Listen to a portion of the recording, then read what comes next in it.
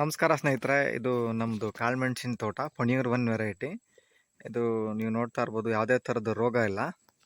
ನಾವು ಈ ಥರ ತುಂಬ ಚೆನ್ನಾಗಿ ಕಾಳುಮೆಣಸು ಬಿಟ್ಟಿರ್ತಕ್ಕಂಥ ಸೆಲೆಕ್ಟೆಡ್ ಗಿಡಗಳಲ್ಲಿ ಟಾಪ್ ಶೂಟ್ನ ಇದು ಮಾಡಿ ನೀವು ನೋಡ್ತಾ ಇರ್ಬೋದು. ಒಳ್ಳೆ ಕಾಳುಮೆಣಸು ತುಂಬ ಚೆನ್ನಾಗಿ ಕಟ್ಟಿದೆ ಈ ಸಲ. ಅದರಲ್ಲಿ ಯಾವ ಗಿಡದಲ್ಲಿ ಚೆನ್ನಾಗಿ ಕಾಳುಮೆಣಸು ಕಟ್ಟಿದೆಯೋ ಅಂಥ ಗಿಡದನ್ನ ಟಾಪ್ ಶೂಟ್ ಮೇಲ್ಗಡೆಯಿಂದ ಬರುತ್ತಲ್ಲ, ಟಾಪ್ ಶೂಟ್ನ ಕಟ್ ಮಾಡಿ ನಾವು ಗಿಡನ ಮಾಡಬೇಕು ಅಂತ ಒಂದು ಪ್ಲ್ಯಾನ್ ಮಾಡಿದ್ದೀವಿ. ಇಲ್ಲಿ ನೀವು ನೋಡ್ತಾ ಇರ್ಬೋದು, ಇದರೊಳಗಡೆ ರೂಟಿಂಗ್ ಆಗಿದೆ. ಇದನ್ನು ನಾವಿಲ್ಲಿ ನೀವು ನೋಡ್ತಾ ಇರ್ಬೋದು, ಇಲ್ಲಿ ಬೇರು ಬಿಟ್ಟಿದೆ. ಇದಕ್ಕೆ ನಾವು ಈ ಥರ ಪ್ಲಾಸ್ಟಿಕ್ ಲೋಟನ್ನು ಕಟ್ ಮಾಡಿ ಅದರೊಳಗಡೆ ಮಾಡ್ಕೊಂಡಿದ್ದೀವಿ. ಇದನ್ನು ಈ ಥರ ಸ್ಟೆಪ್ಲರಲ್ಲಿ ಪಂಚ್ ಮಾಡ್ಕೊತಾ ಇದ್ದೀವಿ.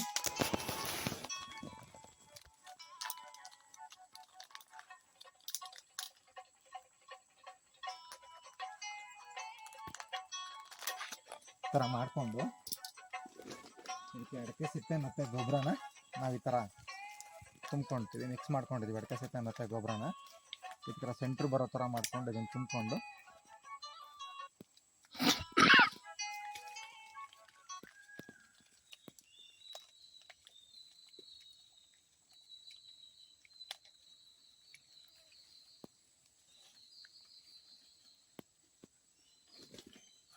ನೀವು ನೋಡ್ತಾ ಇರ್ಬೋದು, ಕುಡಿನ ಮೇಲ್ಗಡೆ ಹೋಗೋ ಥರ ಈ ಥರ ಕಟ್ತೀವಿ.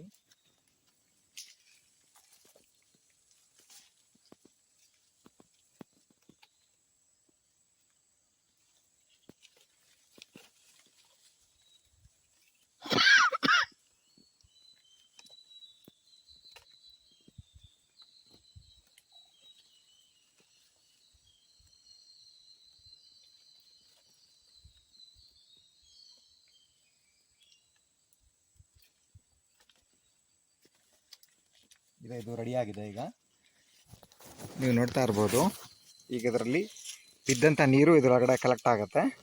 ಜಾಸ್ತಿ ಆದರೆ ತಲೆಗಡೆ ಹೋಗೋಕ್ಕೆ ಹೋಲು ಇದೆ.